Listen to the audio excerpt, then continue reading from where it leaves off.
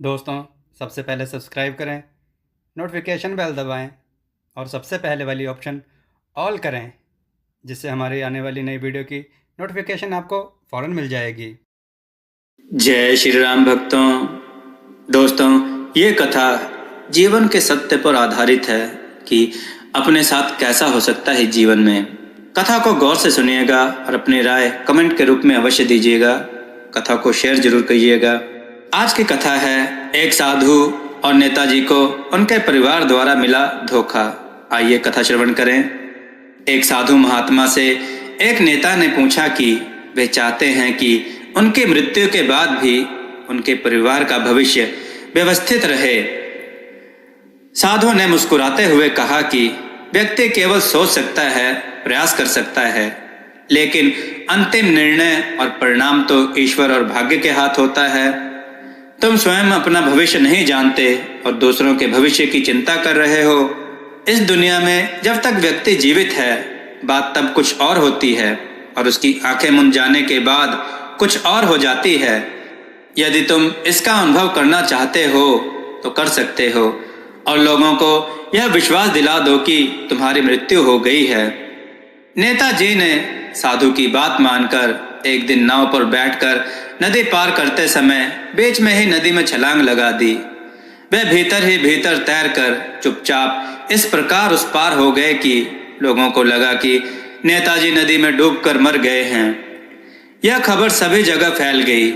उनके घर वालों को जैसे ही पता चला, सबसे पहले वे उनकी उस तिजोरी की चाबियों को खोजने लगे जिसमें उनके देश और विदेश में जमा करोड़ों रुपए के कागजात थे। वे जनता को दिखाने के लिए तो रो रहे थे, परंतु वे वसीयत और अन्य जरूरी जायदाद से संबंधित कागजात एवं बंटवारे के संबंध आपस में लगे हुए थे। नेताजी के जो अनुयायी थे वे धीरे धीरे दूसरे नेताओं के चमचे बन गए। नेताजी जिस पद पर थे, अब उस पद पर कोई दूसरा नेता आसीन हो गया था और मन ही मन नेताजी के मरने पर खुश हो रहा था। उनके ना रहने के कारण ही यह पद खाली हो गया था और उसे प्राप्त हो गया था। नेताजी का जो धन व्यापारियों के पास लगा हुआ था, उसने उस पर चुप्पी साध रखी थी और उसे हड़प लिया था। नेताजी ने अपने पद पर रहते हुए लोगों के काम करवाने के लिए जो घूस ली थी, वे सभी उन्हें भ्रष्टाचारी और हरामखोर बतलाते हुए मन ही मन बहुत प्रसन्न हो रहे थे।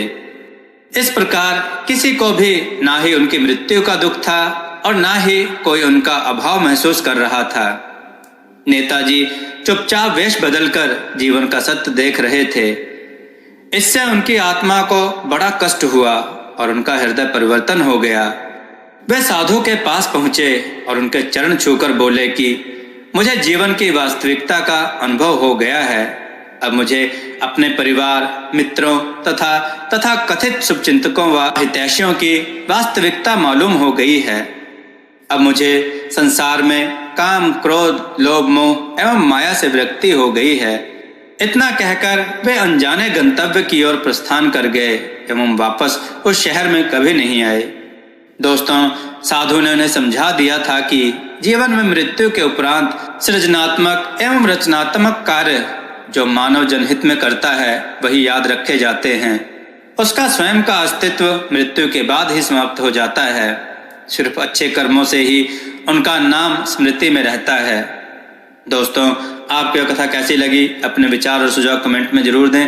हमारी कथाओं को लाइक करें, हमारे चैनल को सब्सक्राइब करना ना भूलें।